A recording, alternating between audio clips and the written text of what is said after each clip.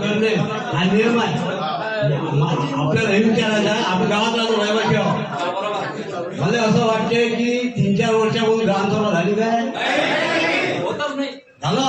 मग आता हे प्रोसिड्यूर वाचून दाखवून झाले, कोण्या वर्षाची मागील ग्रामसभा, कोण्या वर्षीच्या, कोण्या महिन्याच्या, हे सांगा.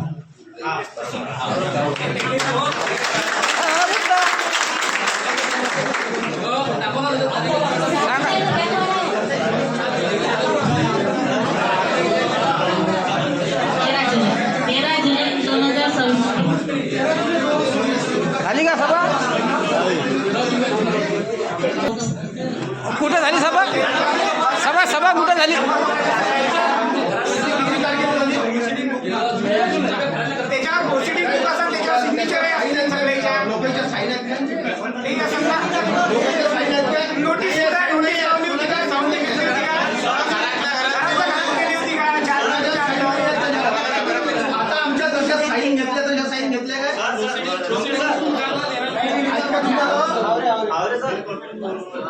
मागचे झाले मागचा ठराव बरोबर आहे की ग्रामसभेमध्ये ठराव घेऊन आपले जे लोक सुटलेले आहेत त्यांनी आपला रितसर अर्ज करून ते पंचायत समितीला पाठवले आणि त्यानुसार मग त्याचं पुन्हा सर्वेक्षण होऊन ती यादी आपल्या जी सध्याची जी यादी आहे त्या यादीमध्ये समाविष्ट करून देणे हा शासनाचा उद्देश आहे.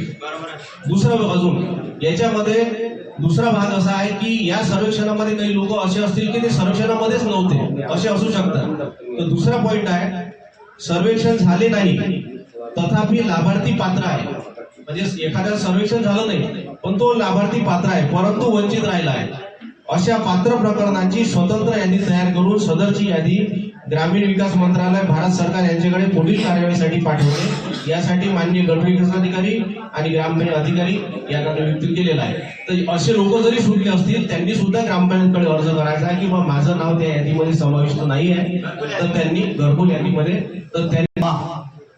घरकुलामध्ये 3 योजना आहेत, पंतप्रधान आवास योजना, रमाबाई आवास योजना आणि छत्री आवास योजना. हे गोरगरीब जनतेसाठीच आहे. पण कसं आहे की घरकुल जेव्हा नावाने येते ते पोराच्या नावाने येते, जागा असते आई वडिलाच्या नावाने. मग आपल्याला सब रजिस्टरने फेरफार करायची असली तर 10,000, 12,000, 20,000 पर्यंत खर्च आहे. हे ताकद आपल्या गरीबाने परवडत नाही. 2001-2005 पर्यंत मी सदस्य होतो तेव्हा 100 रुपयाच्या स्टॅम्प पेपर अपलोड करून फेरफार केली जात होती.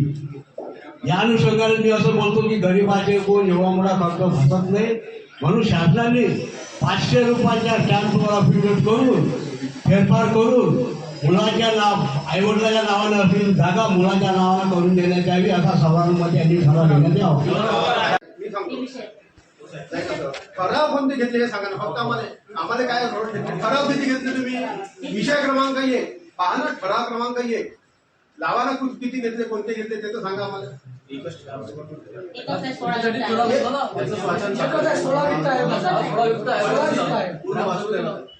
आम्हाला इतकं वाचायचा प्रश्नच नाही. आम्ही सांगतो विकास आराखडा केला तुम्ही 25-26चा, आम्हाला ठराव म्हणून 1 नंबरचा हा ठराव घेतला, 2 नंबरचा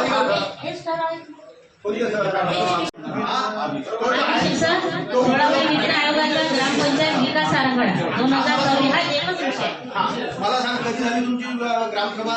आता मामलदाराच्या घरासमोरचा रोडचा विकास आराखडा होता. विकास आराखड्यात कोणता निधी उपलब्ध झाला आहे त्याच्यावर सांगा. कोणता निधी उपलब्ध झाला आहे मामलदाराच्या कोणता निधी उपलब्ध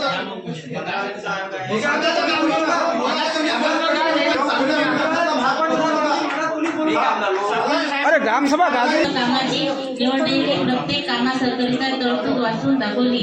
सभेला ते योग्य वाटली. सभेने त्यास एकमेकाने मंजुरात दिली. ठराव क्रमांक 16 वित्त आयोग सन 2026-27 जी पंचायत समिती स्तरामधून कामे घेण्याबाबत सदर विषयावर आज ग्रामसभेत चर्चा केली असता 16व्या वित्त आयोग गाव आराखडा विकास GPDP पंचायत समिती स्तर निधीतून खालील प्रमाणे कामे घेण्यात यावी. गावात आवश्यक ठिकाणी बंदिस्त नाली बांधकाम, गावात आवश्यक ठिकाणी सिमेंट रोड बांधकाम, सोलर लाईट, गावात ग्रामपंचायत अंतर्गत पाणी टाकीचा पाणीटाकीच्या आवडी घेतलेली ग्रामसभेत वाचून दाखवण्यात आली. सभेला ते योग्य वाटले. सभेने त्यास एकमेव गावात एक दिवस आधी पहिले गौंडी द्यायला लागते.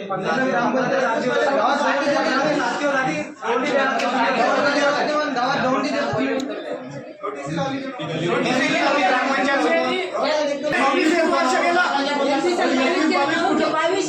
मोबाईल वरच झाली आहे.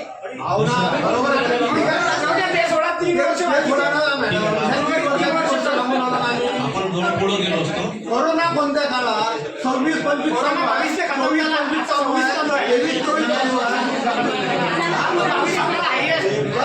सोडून बाकीचा निधी किती प्रधानमंत्री आवास पालकांनो, जरा इकडे लक्ष द्या. आपल्या पाल्याच्या उज्ज्वल भविष्यासाठी आता शिक्षणाची सर्वोत्तम संधी Shri Sant Gadgebaba English school and junior college of science, bus stand जवळ करसगाव, तालुका चांदूरबाजार, जिल्हा अमरावती. CBSE पॅटर्न स्कूल सोबत विद्यार्थ्यांच्या सर्वांगीण विकासासाठी सज्ज, अनुभवी व उच्च शिक्षित शिक्षक वर्ग, खेडीमेडीच्या वातावरणात आधुनिक शिक्षण, CCTV कॅमेरा, सुरक्षित परिसर, संगणक व प्रोजेक्टर सुविधा उपलब्ध. नर्सरी, KG1, KG2 ते 10वी पर्यंत प्रवेश सुरू झाला आहे. तसेच 11वी, 12वी सायन्स प्रवेश प्रक्रिया सुद्धा सुरू झाली आहे. इंजिनिअरिंग आणि मेडिकल विद्यार्थ्यांसाठी खास EMH सेट पूर्व परीक्षा तयारीची विशेष सुविधा या ठिकाणी उपलब्ध आहे. तसेच सर्व विद्यार्थ्यांसाठी स्कॉलरशिप सुविधा देखील उपलब्ध आहे. तर आजच आपल्या पाल्याचा प्रवेश निश्चित करा. अधिक माहितीसाठी संपर्क करा विकास काडलकर सर. संपर्क क्रमांक 8793538820 वर आणि आपल्या पाल्याचा प्रवेश निश्चित करा.